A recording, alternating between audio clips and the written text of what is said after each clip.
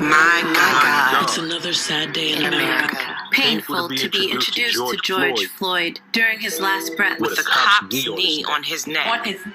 He deserves so much more. How many black lives have to be taken before something is done? We are not a threat. I am shaking as I type. This has got to stop. We are sick of it. We need conviction. I just want us all to live. The death will not stop until the powers that be are finally held accountable. Don't look away from the truth until every one of us are free from white supremacy. The world stands with you.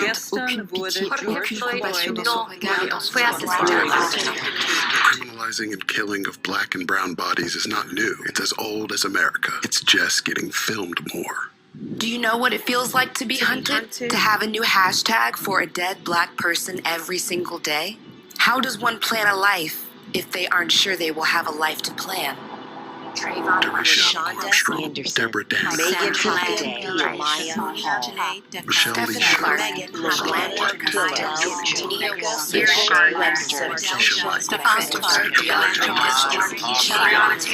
George Floyd. His name was George Floyd. Say his name. Say his name. George Floyd. Say his name. Say their names. Once again, and always, we fight for justice. Black Lives Matter. Black Lives Matter. Rest in power, beautiful.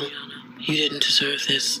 This is Ryan Fulford. AD Drew and I are co-hosts of the BCSN Sports Wrap. We talk about all things related to HBCU athletics. From the games, teams, coaches, and fan interest stories, we cover it all. You can find our shows on Facebook at BCSN Sports Wrap, YouTube at MyJBN Online, and everywhere you listen to podcasts like Anchor, Spotify, Google, and Apple Podcasts. You can also find the show on the Jericho Broadcast Network's app. Make sure to download. We look forward to you joining the conversation and being a part of the show. Support the Black College Sports Network so we can continue to provide you coverage. Go to myjbn.com/support and be a part of the Black College Sports Network. Thank you guys for what you do for HBCU athletics. This is a fantastic avenue for all of us. This is our ESPN, so we love what you guys do. Brian, AD, Roy, all you guys at BCSN. We really appreciate what it is that you guys do for us.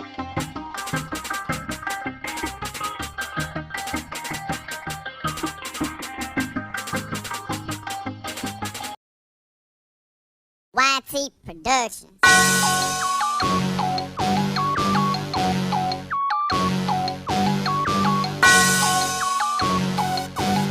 Yeah. I love my HBCU. And boy, I love it, love it. I love it, love it. I love my HBCU. And man, I hope my team they won. Yeah. I hope my team they won. Yeah. Man, I hope my team they won. I hope my team they won. Yeah. I tune into the HBCU Sports Lab to see if my team won or lost. If they lost, I'm quiet as a mouse. But if they won, Team Tab, I'ma do the dab, yeah.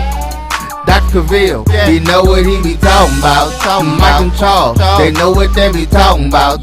They compress the analytic data with the hip hop. If you know them like I know them, they gon' tell you if your team, if they won or lost, and who the ball. So listen to Professor, yes sir, and pay attention, cause he gon' teach a lesson.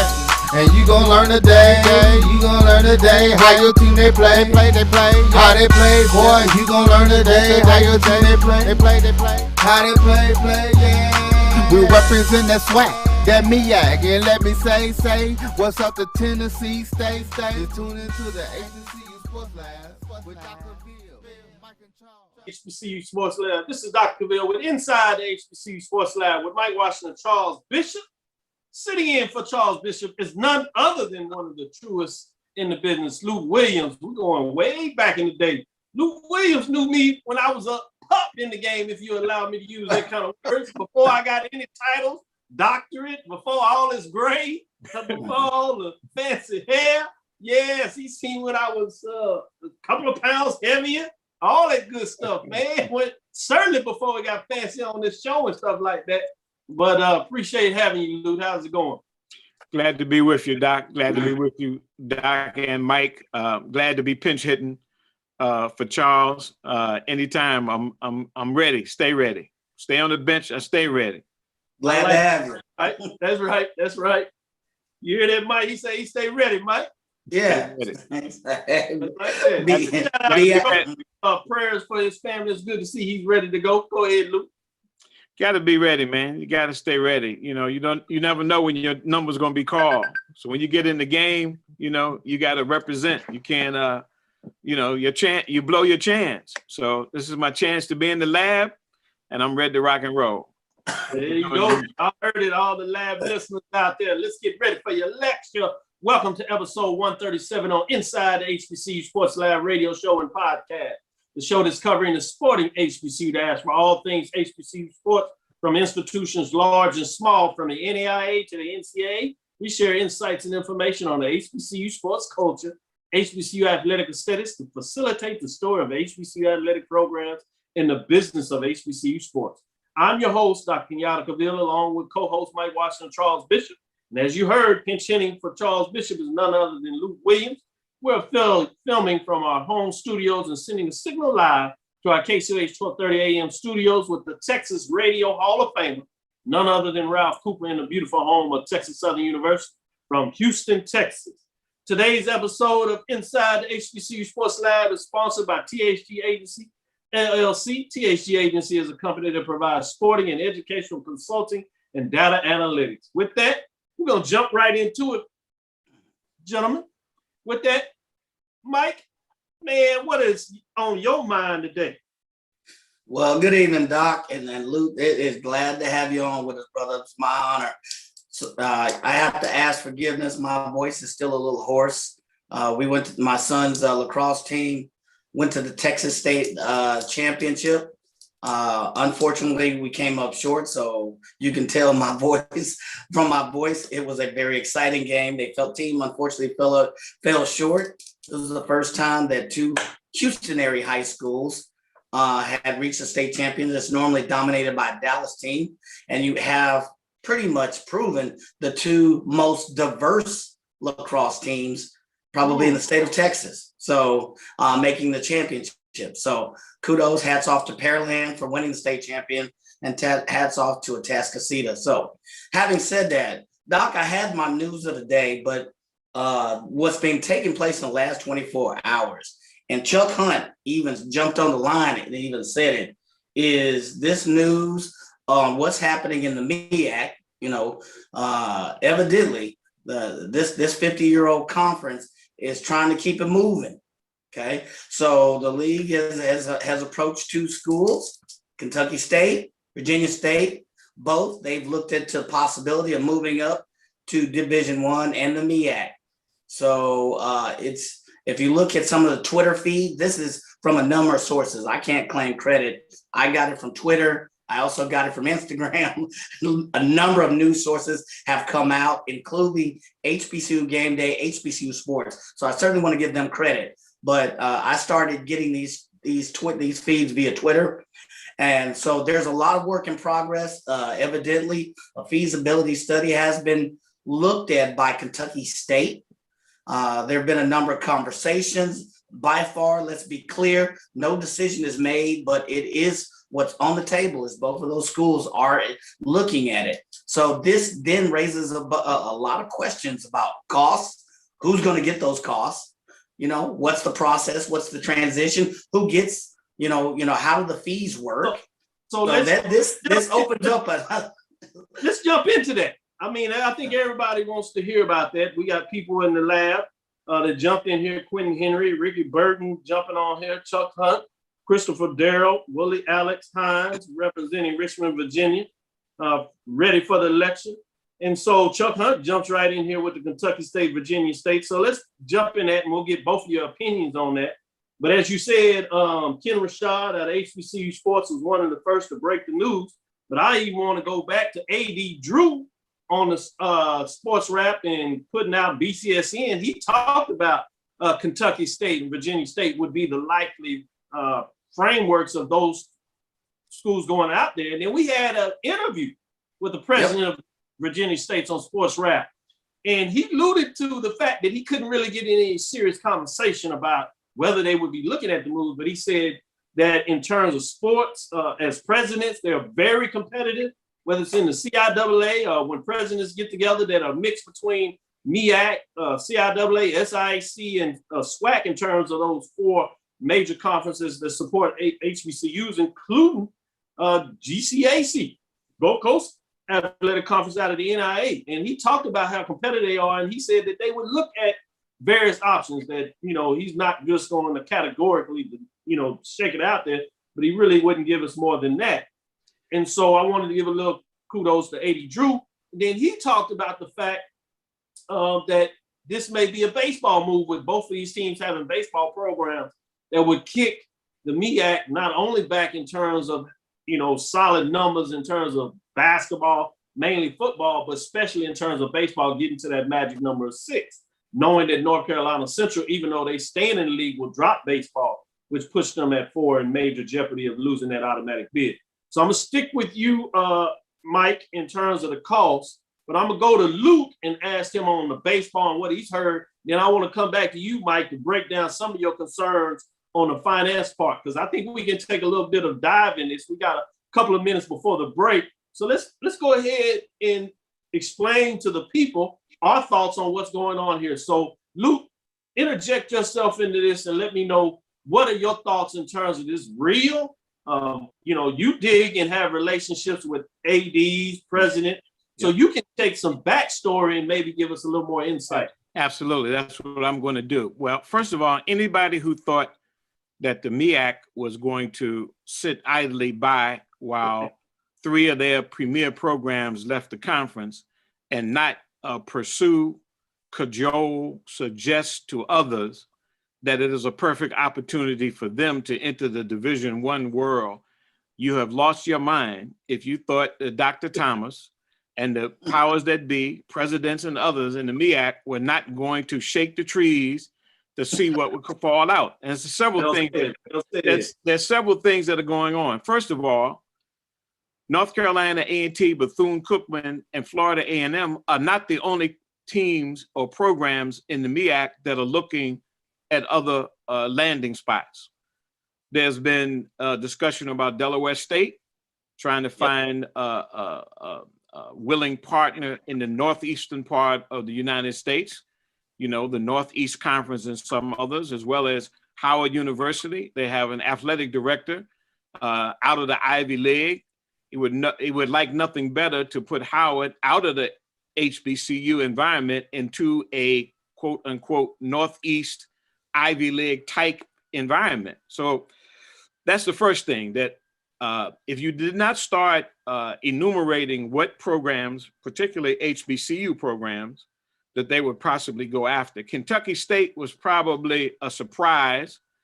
Most folks were thinking Virginia State and Bowie State, the 2 strongest programs that are public institutions in the CIAA. The CIAA has a lot and has been basically cut down to most of its private institutions. So Johnson C. Smith, Livingstone, St. Augustine's, Shaw, Virginia Union, I said Livingstone. All of these are private schools, but the ones that are public institutions, the Virginia State University, obviously a Virginia State institution, and Bowie State, a Maryland institution. So Kentucky State was a little bit of a surprise.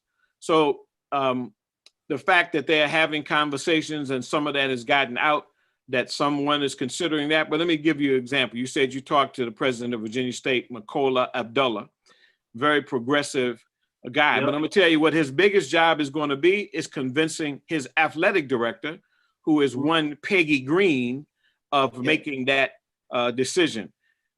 Peggy, I may say Peggy Green. I'm thinking Peggy Green might be at Fayetteville State. I think it's Peggy Davis is at Virginia State.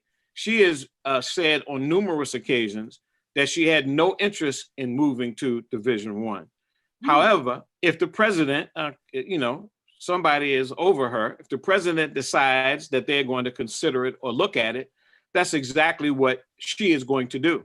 And is going to have to put out the kind of, assessment of whether they can make the move, what they're going to have to spend, what they're going to have to upgrade. I can tell you this, that Virginia State has a state-of-the-art basketball facility.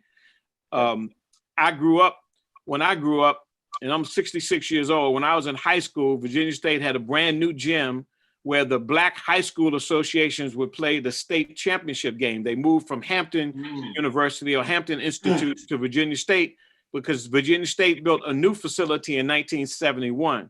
Well, the facility they have now for basketball was built, I think 3 years ago. I think it's 3 years ago. Excellent facility, very nice facility. Obviously, it accommodates other indoor sports, volleyball, as well as some others. So they probably would not have to have as big a jump. I've seen Kentucky State Stadium. I've done games there for television on Kentucky State Stadium. I haven't seen, I'm not familiar with their basketball arena, but I would think that Kentucky State may have a little more job in terms of what they would have to upgrade in terms of facilities. So this is not surprising. Remember, the date that Florida A&M, Bethune-Cookman, and North Carolina A&T drop out of the MEAC is June 30th.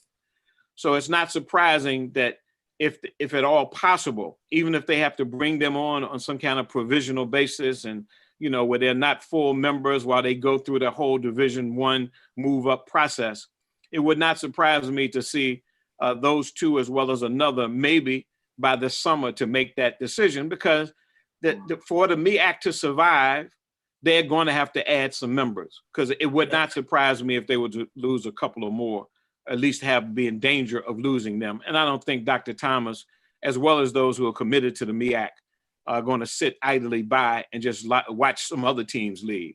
So that would be my take on it right now. Great point. Perfect timing. We're going to get prepared for this break. And then out of the break, we're going to come back to Mike and talk about some finances. And we might spin this around a little bit more because it seems like the interest is really here. So we'll hold over. So this is Dr. Cavill inside the HBCU Sports Lab with Mike Washington and Charles Bishop. Sitting in for Charles Bishop, pinch hitting if you would, is Luke Williams, and he's giving you some insight on the announcement made that first jumped out of there by HBCUsports.com in a lot of ways, with Kentucky State, Virginia State considering moving up to Division I to join the MEAC. I'm showing my pinch hitting style ability. I see what in form, you batting lead off and clean up. Yeah, nice move. I see you still got a little bit in you. Again, this is Dr. Cavill inside the HBCU Sports Lab. We'll be right back. Do not change that dial. Stick with us. It's never too early to plant the seed, to share the tradition, and instill a sense of pride in your HBCU with your little ones. HBCU Pride and Joy Children's Boutique helps you share your school spirit with a wide selection of adorable kids' apparel and accessories officially licensed from your favorite HBCU. Visit hbcupridejoy.com and follow us on all social media at HBCU Pride Joy on Facebook and Twitter. The Creole seasoning is a sodium-free and sugar-free blend that's versatile enough to put on anything.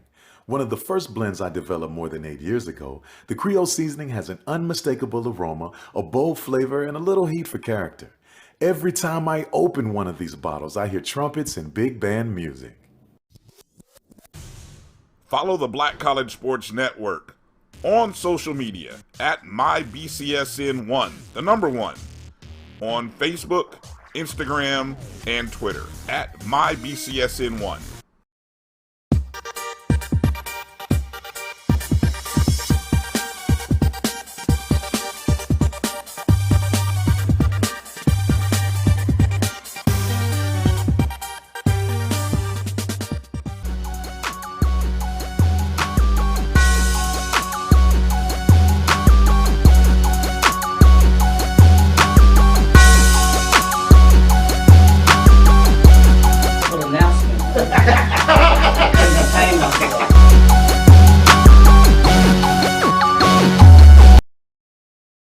This is Dr. Bill with Inside the HBCU Sports Lab with Mike Washington, Charles Bishop. Sit in, if you would. Pinch hitting, as we said, for Charles Bishop is none other than Luke Williams. He was giving you some background and giving you some framework of his information that he has in terms of what this looks like and possibilities of this. Before we get in there, we did get a little whisper to give you an update for those that may not know about Kentucky State, that they do have one of the nicer basketball facilities. So chance that it wouldn't be a big deal for them in terms of what it looks like on the basketball side as well. Maybe Tuskegee might have a better facility in terms of that. Obviously, some of the programs that Clark Atlanta in terms of what was built, and that's getting a little old now with the Olympics. But with that said, we wanted to talk a little bit about the money side of this. I did want to give a little update in terms of people may not realize that the current president, Dr. Brown, was the former president of Alcorn State. So he is familiar with the Division I status, a school that doesn't necessarily have that large of enrollment, and seeing how they were able to make it work. So those are things that you also want to look at when people tend to look at whether a team has been successful or winning in one division. That plays a very little role in terms of what a athletic director, VP of athletics, a president, and their respective board will look at. Because at the end of the day, when you make the move, it's going to be about whether you're going to make the financial commitment. So you may not be making a commitment at one level and then decide that if this is good for the program from other reasons, oftentimes people talking about enrollment size, what does Division I may give you in terms of added demarcation. And I've always talked about the fact that one of the weirdest things that I've seen in the state of Oklahoma, for example, is the fact that they actually fund the state institutions to some degree based on what classification they have in the NCAA. Weirdest thing I've ever saw, and it was ridiculous when I read it, but it was in the legislative paperwork. Now, they may augment it with other things, but that is part and parcel, and I would be surprised if that's the only state to do it, as much as I was surprised to read it in the first place. With that, Mike, that brings to the point that you wanted to make. What are some of the financial concerns or the framework that you were talking about, the finances? What components are you looking at that they would have to do in terms of Kentucky State or Virginia State to make it to Division I and at least be competitive at that level? Well, obviously there's going to be a fee to join the MEAC conference. Now, whether that can be waived or kind of filtered in over time, that goes to the agreement. There are, potential facility upgrades that may or may not have to take place. If you look at the fees, then you ask just on those two factors, how will they absorb those costs? There's creative ways to do that from a finance standpoint. And if you evaluate the potential earning and the potential value of that organization 2 or 3 years into the SMIC, it may justify the cost. The other thing you got to look at, okay, how are you going to absorb those costs? I believe Kentucky State has an enrollment of over 2,000 and Virginia State has almost double that. So at some point, you may have to increase the athletic fees for the students at some point by some measurable amount of dollars. We don't know what that is, but if you're a smaller school in terms of total enrollment, you're going to absorb a little bit more. So the MEAC will probably have to look at getting creative at bringing them on.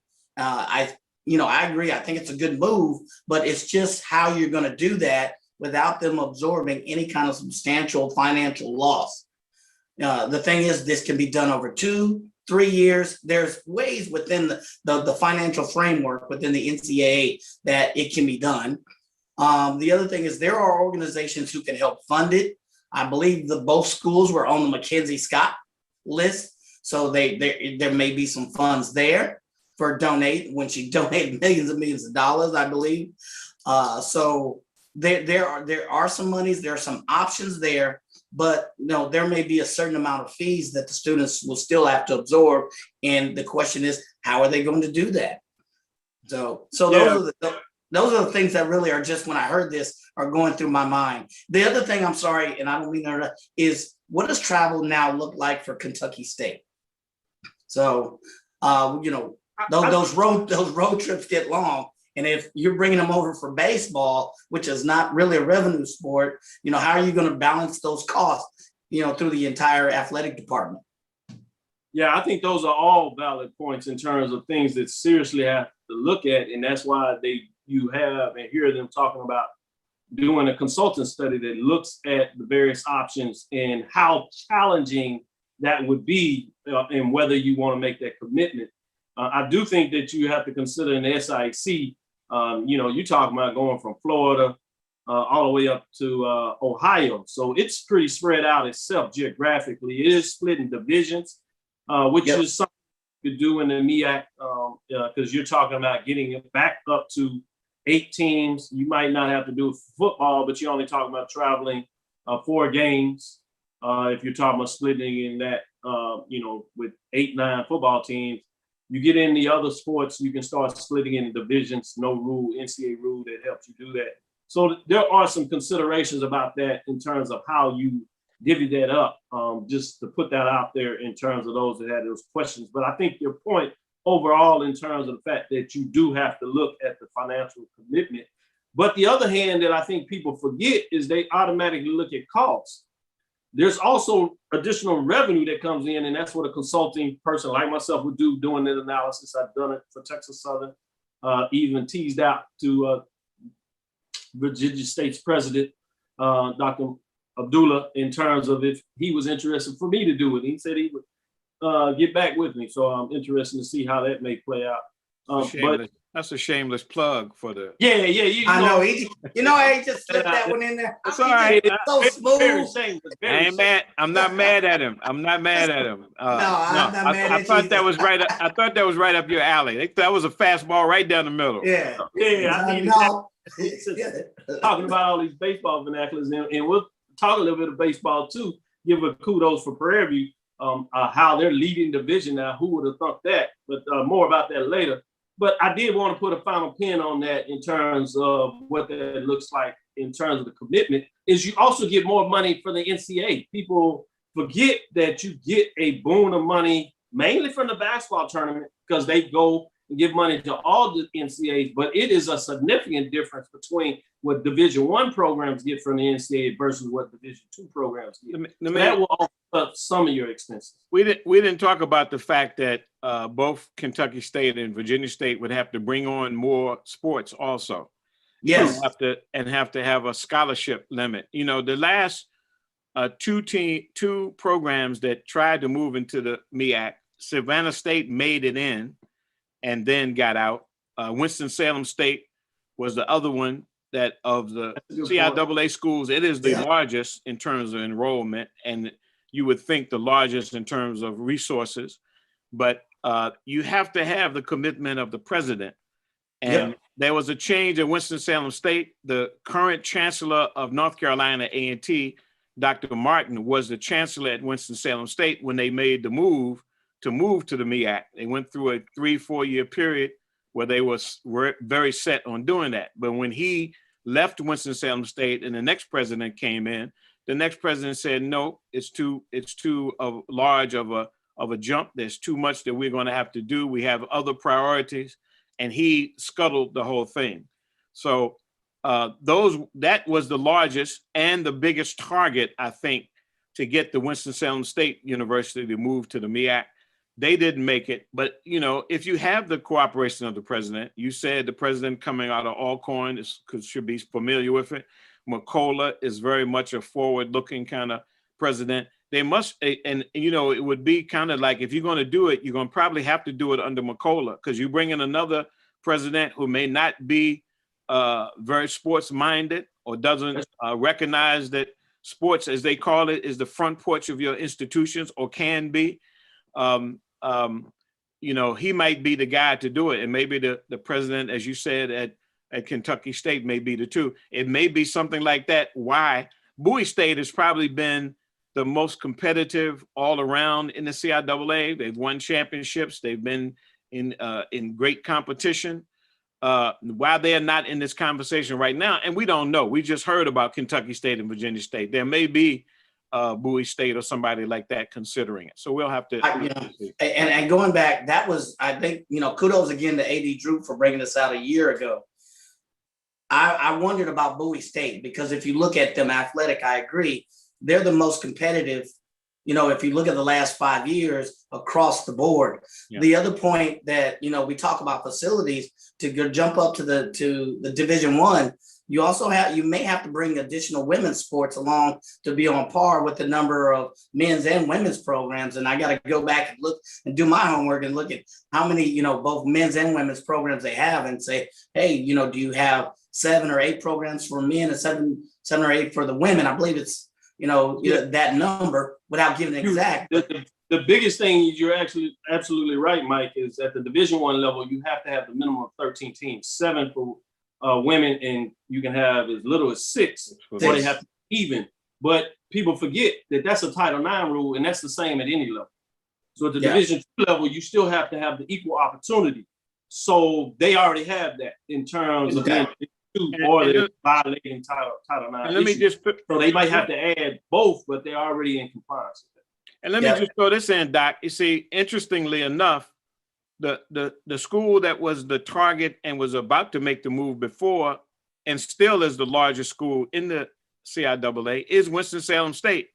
Right. Nobody's talking about Winston-Salem State, if for no other reason they say, we tried it once, are we going to do it again? But when you start talking about across the board competitive, yes, Bowie State, Virginia State, and Winston-Salem State have won just about every championship in every sport, save track and field with George Williams at St. Augustine's.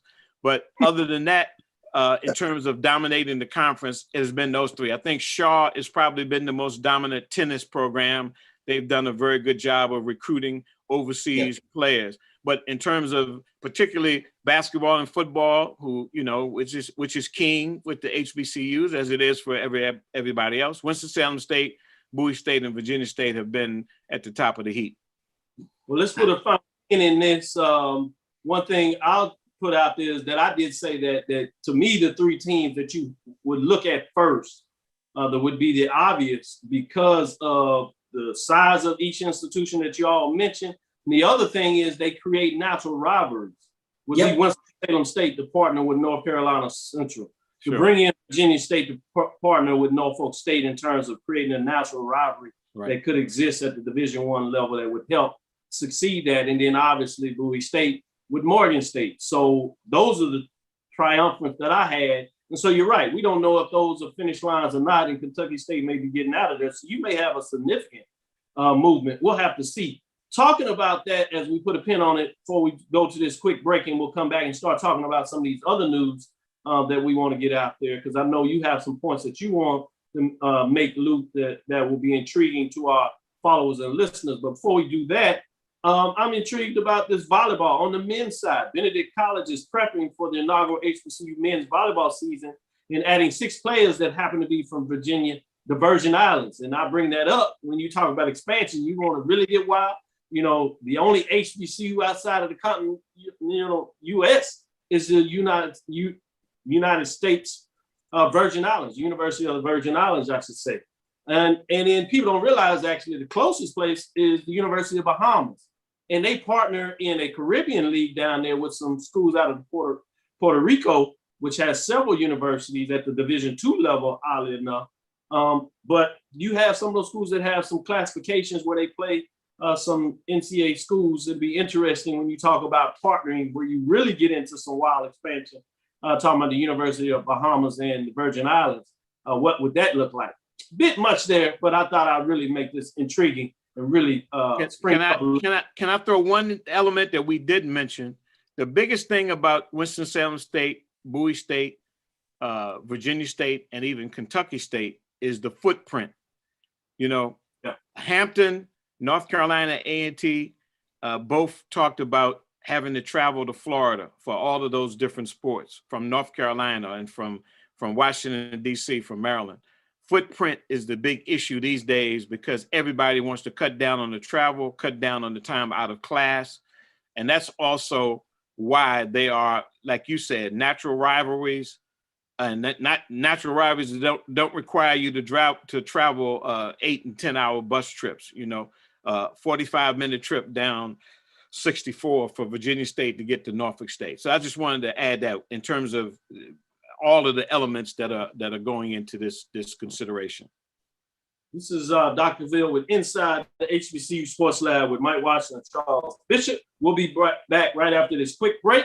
This is Dr. Ville Inside the HBCU Sports Lab with Mike Watson and Charles Bishop. Sitting in for Charles Bishop is Luke Williams. Stick with us. We'll be right back after this break. Have you had your Earthblend coffee today? At Earthblend Coffee, we take pride in offering you the very best of beans across the world, blended and roasted to perfection, giving you superior quality and satisfying and flavorful taste. Experience the world in one cup with Earthblend Coffee.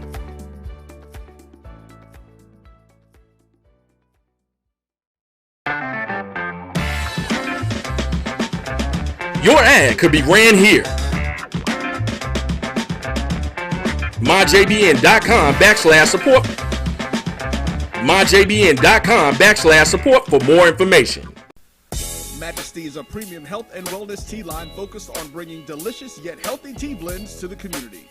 Filled with an abundance of vitamins and antioxidants, we work to blend teas with exotic spices and fruits to produce scrumptious and wholesome beverages. So check us out at mymajesties.com.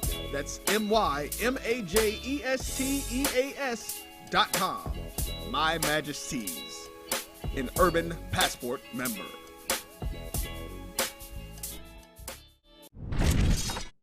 There's a shot. That might be. It could be. Right field. Grand slam. What a shot. That's how you get hot, young fella.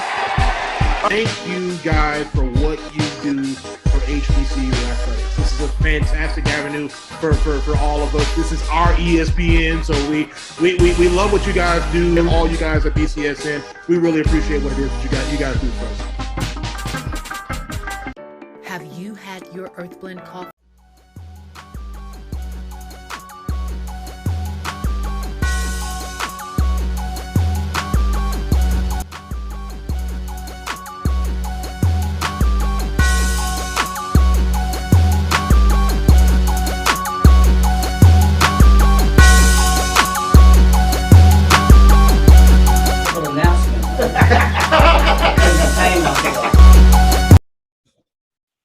This is Dr. Ville with Inside the HBCU Sports Lab with Mike Watson and Charles Bishop. Sitting in for Charles Bishop is none other than Luke Williams. He has some news, some intriguing news. That transfer portal, boy, I tell you, it is intriguing. What you got for us, Luke? Well, a couple of things. First of all, a CIAA legend that may not be known nationally, but is certainly known in these parts in the MEAC CIAA environment is Coach Robert Bobby Vaughn of Elizabeth City State University, a legendary coach in the fact that he was competing with the likes of Clarence Big House Gaines at Winston-Salem State University, legendary late Hall of Famer Clarence Big House Gaines, Cal Irvin, the coach at North Carolina A&T, through the late 50s into the 60s, into the early 70s. And in case of Big House Gaines and others, competed against him even into the late 70s. Bobby Vaughn passed last week at the age of 93. He spent 37 years at Elizabeth City State. You know, when you talk about the CIAA, Elizabeth City is down on the east coast of North Carolina. It's a relatively small school, but it has placed players in the NFL. It's placed players like Mike Gale, who played for Bobby Vaughn. Mike Gale played in the ABA, played with the San Antonio Spurs, had a good career. In fact, Mike Gale recently passed. But Coach Vaughn is a guy, when I was negotiating with the CIAA to write the history of the CIAA when they celebrated their 100th birthday, he was really going to be my main source, because he was there as the CIAA navigated starting. He became the coach and the basketball coach at age 21 in 1949.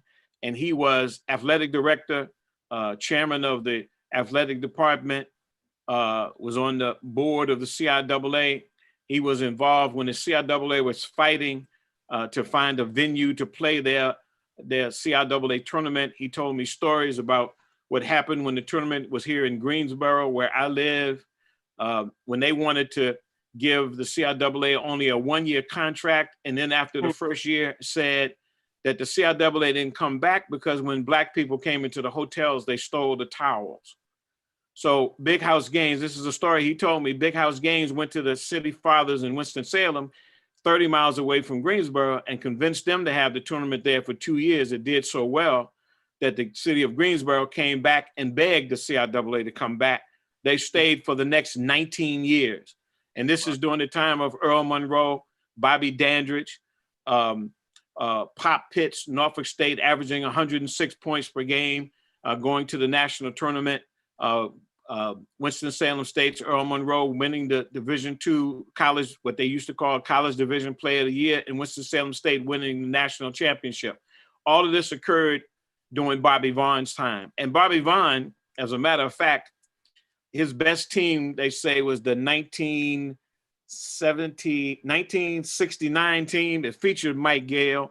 They beat Bobby Dandridge and Norfolk State twice, including in the CIAA finals, and they made it to the Final Four of the NAIA national tournament.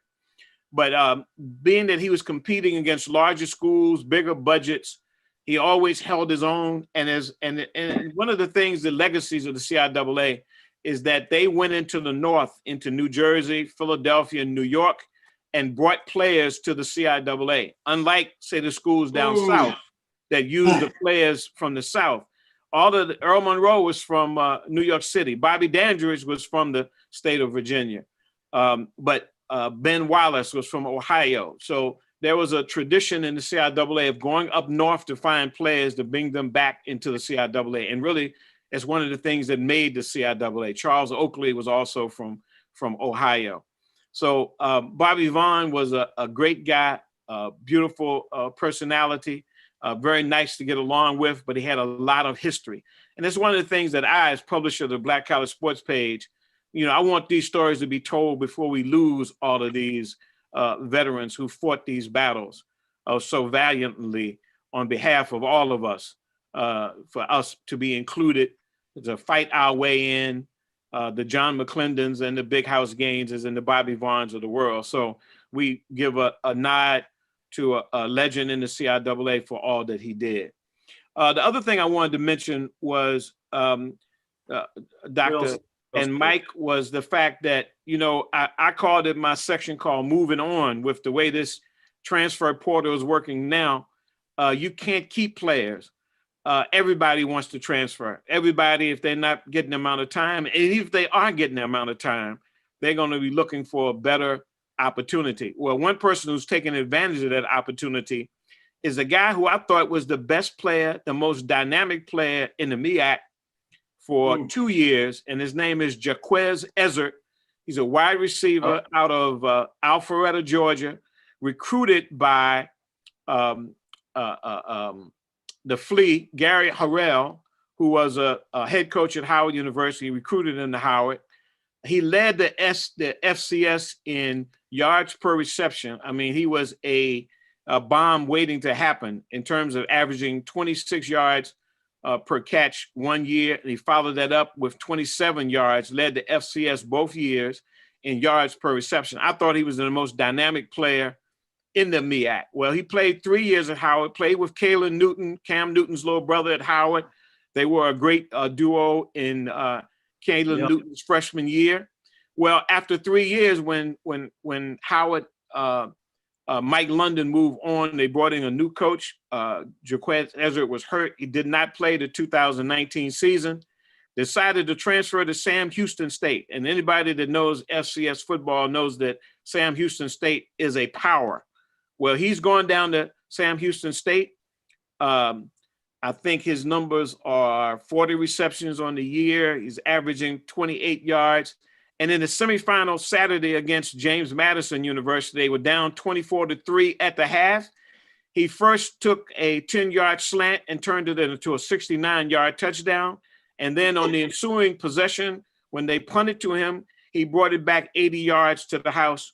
All of a sudden, from being down 24-3, they were down 24-21, 24 or 27-21, because I think that that James Madison got a field goal. They went on to a 38-35 win, and Sam Houston State with Jaquez Ezzard will be playing in the FCS National Championship game this Sunday versus they will be playing South Dakota State, who's the number 1 team in the FCS. Number 1 team, FCS. Yeah. Sam Houston State's now 9-0, undefeated. That game will be Sunday. I'm not sure who's carrying it, but keep your eye on Jaquez Ezzard. He's a guy I compare to Steve Smith, the small wide receiver for the Carolina Panthers that had an outstanding career. He has very similar skills. He's only 5'9", but he's a solid 190 pounds. And for some reason, this guy gets open. He gets open. He's 12 yards behind defenders. I don't know if it's the routes he runs or if it's the strength that he knocks them off, but he is a dynamic player. Keep your eye on Jaquez Ezzard, and we will claim him for his 3 years at Howard University as an HBCU. Who deserves to be mentioned.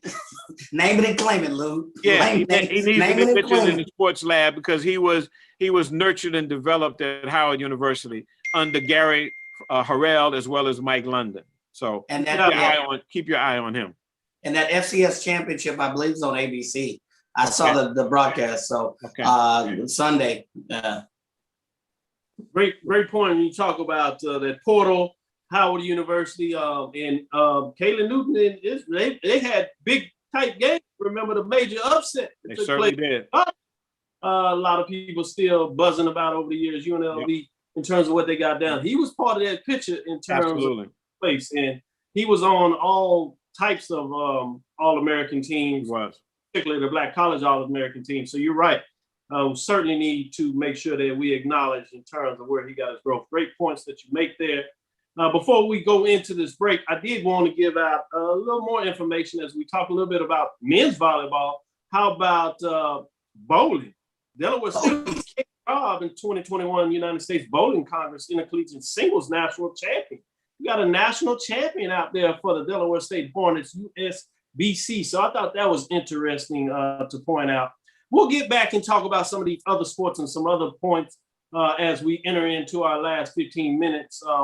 Before we do that, talk a little bit about FAMU Golf. We talked about Prairie View, what they did last weekend. FAMU Golf also continues to make history. FAMU Golf and make history with the NCAA HBCU Game Day reported. We talked about Prairie View last week making some history themselves.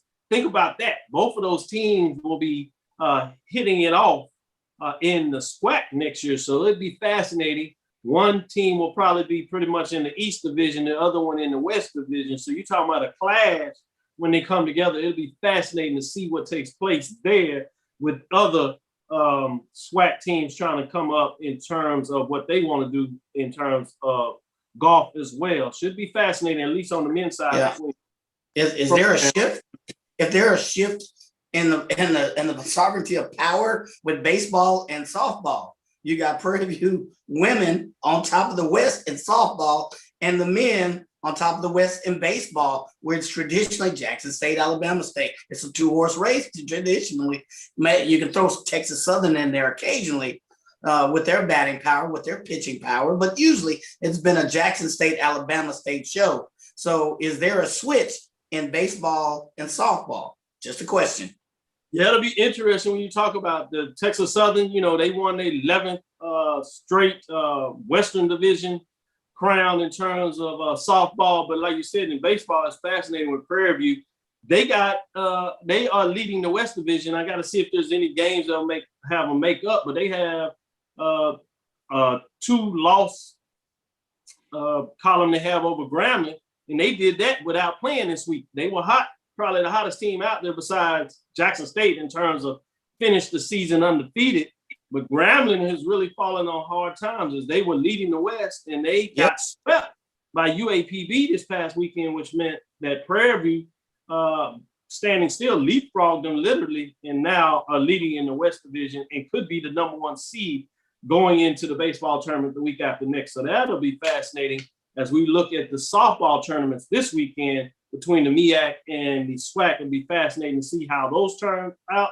We'll keep our eyes on it. SWAC starts tonight, actually playing now, and you have MEAC start later this week.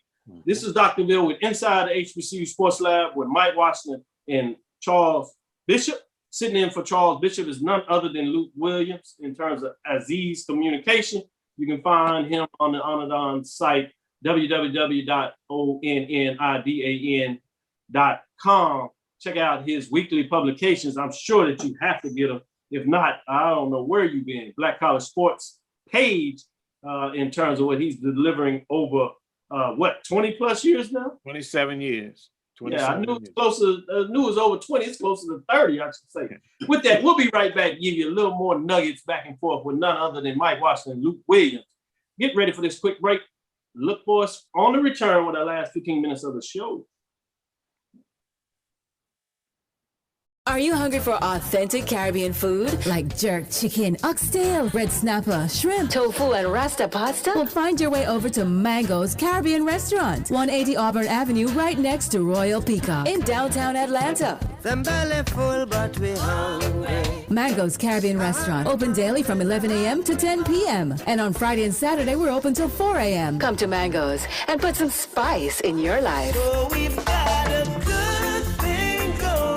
Mango's Caribbean Restaurant, 180 Auburn Avenue, right next to Royal Peacock in downtown Atlanta. For more info or directions, call 404-698-3992 or log on to mangoscaribbeanrestaurant.com. For instant coupons, text MANGOS to 313131. Tell your mama hungry, papa hungry, brother hungry. Mango's Caribbean Restaurant, authentic Caribbean cuisines. Open up the door, tell them mama hungry. Because the fight isn't over yet. You will see me choose to protect my community by wearing a face cover. And even with my face covered, you will see me. As a son, as a man with a never quit attitude, as a fighter for change. Join me in wearing a face cover to help stop the spread of the coronavirus. Because this is one small act of kindness that has the power to make a big difference. Cue time.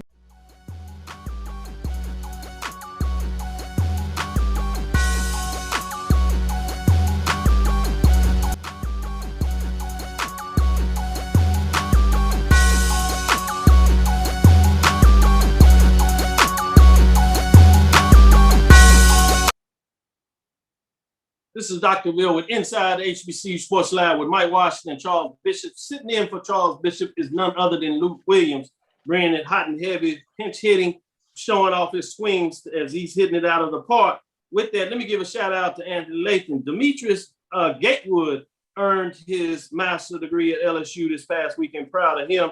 He came out of our undergraduate program at Texas Southern University in the sport management program.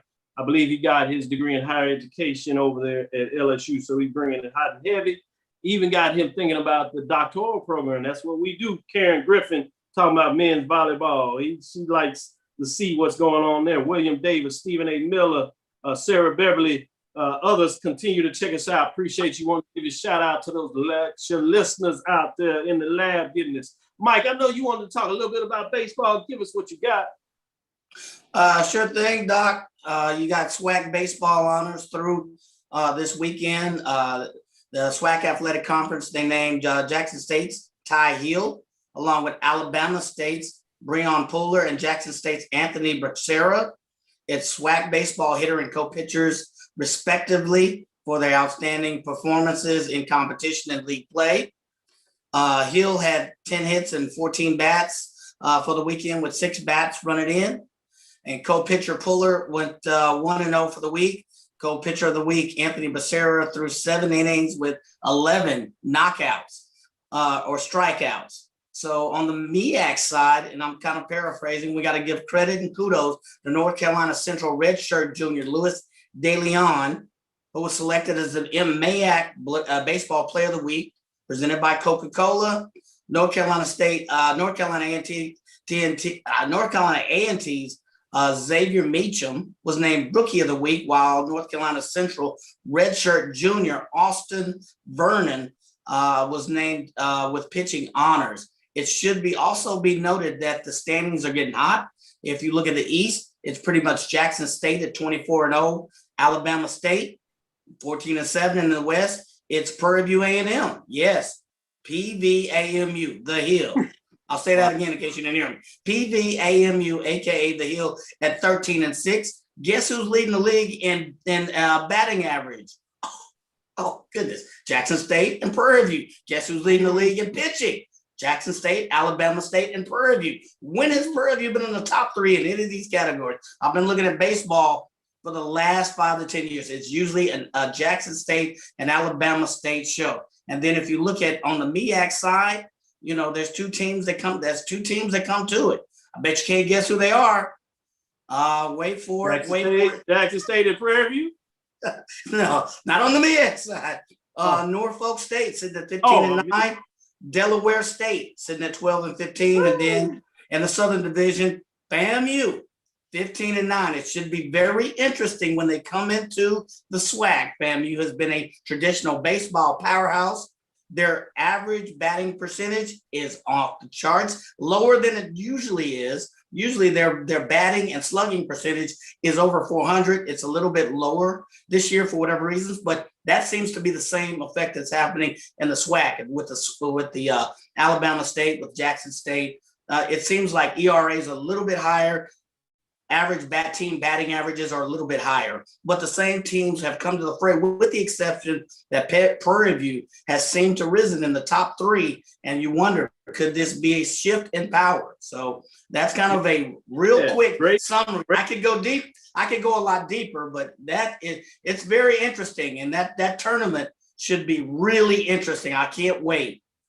Don't leave this out. Don't leave this out, Mike.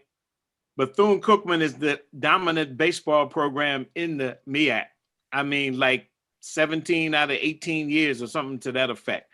Yeah, them coming into the SWAC is going to be, it's going to be on and popping. Absolutely. Yeah, you're right. Fam and Bethune. Right. If you look, I did a study. Their analysis of 5 years. Their average team batting average is higher than teams in the Big 12, in the Big 10. Their pitching, particularly their pitching staff of Bethune, and I also can't leave out North Carolina A&T. Their pitching staff, you wonder why you don't see some of those pitchers in the major league. I just wonder, scratch my head at that.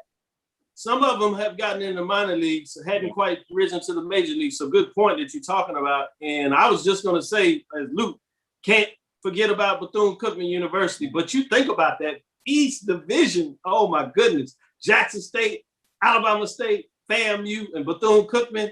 The power used to be for the longest in the West. I think in baseball, it's going to shift clearly to the East. Maybe Prairie View will make it interesting with Southern and Grambling, and Texas Southern continue to do their thing, but baseball could be ooh-wee. Yeah. But in terms of the MEAC, before I go back to Luke, as he wants to get in some track and field information that I think is fascinating, when you talk about also in the MEAC baseball, that FAMU North Carolina Central race is going to be interesting going down the stretch, especially with Central wanting real desperately to get a share of that championship or certainly win the tournament outright, as they will be closing the program, which is a sad note. But they're going to be fighting hard, and I'm kind of pulling for them in a weird little way there. I know as Luke wanted to get in the track, before he does that, I wanted to talk about men's side of the track for the SWAC. Prairie View got it done this week. On the men's side, as they were second in the indoor, and they found a way to pull it out, wrestling away from Alabama State on the men's side as Prairie View gets it done. Talking about Alabama State, what do you want to say, Luke? Well, it was almost a Prairie View sweep because they came down to the last event in the outdoor mile relay for the men. Exactly. I mean, for the women. Yeah. And Alabama State was to pull it out. It's their 11th straight championship. The coach, Richie Bean, has been there 11 years, and he's won the championship outdoors 11 straight years. My photo at the top of my page, and what I call the top box, has him with 2 hands up and rings on every finger between his indoor, outdoor, as well as cross-country championships. Richie Bean setting the pace in the SWAC for the and certainly for the women, but also doing a good job for the men. He's won men's championships as well. I was able to attend the final day of the MEAC championships this past Saturday right here in Greensboro, North Carolina A&T's Truist Stadium on their state-of-the-art Belk track. North Carolina A&T's men and women are both in the top 20. Actually, the women are ahead of the men, but they swept the MEAC championships this Saturday as the men won every event Saturday. That's 100, 200, 400, 800, 1,500, 5,000, 4x1 and 4x4. All of them they won. In fact, in the 200 meters, they finished 1 through 5. And the domination was so good, so evident on the women's side. The women didn't win everything. They lost 2 events. But other than that, they swept every event. And then when you really find out is there was a 2-time champion, I think it was in the 1,500 out of Coppin State. A&T didn't just win the race. They passed the 2-time champion on the home stretch, and all 3 of them finished ahead of this 2-time champion. So Dwayne Ross, who is the head coach, head track and field coach for men and women in North Carolina A&T, and his son may be the biggest star of all. He won the 400 meters in the 4th fastest time in the world. And his competitor on the same team, Trevor Stewart, ran a week earlier. He ran the 2nd fastest time in the world. So the way that Dwayne Ross told me on the infield, he said, I'm really holding them back. I'm holding them back because I'm going to unleash them at the regionals. So keep your eye on North Carolina A&T. He says, I'm going to unleash them. And man, they have across the board, distance runners, they have sprinters, they won field events. So keep your eye on the program at North Carolina A&T. And I'm trying to work on a story. He agreed to do a story that we're going to talk about how he has been able to build this program into a national program that's respected up there with the LSUs and the Arkansas and the Oregons right now in the country. So keep your eye on both the men and women as they go into the regionals coming up in another couple of weeks. They wrecked shop at the Prefontaine Classic, one of the preeminent track and field events, and they came and just took over. I think, what was it, the 4x1 was the fastest recorded time? 4x4. 4x4, yeah. 4x4. Mile relay. Yeah. Fastest, wow. Fastest in the world this year. Yes.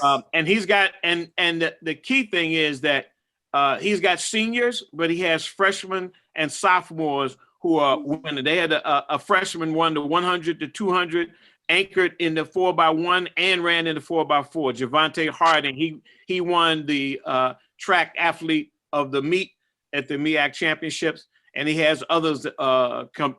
Cambria Sturgis won the 100 and 200. I think she's ranked number 5 in the nation. So keep your eye on the A&T Aggies as they go into the regionals. No doubt about it. We'll put a pin on it right there. Great way to close out. Great information.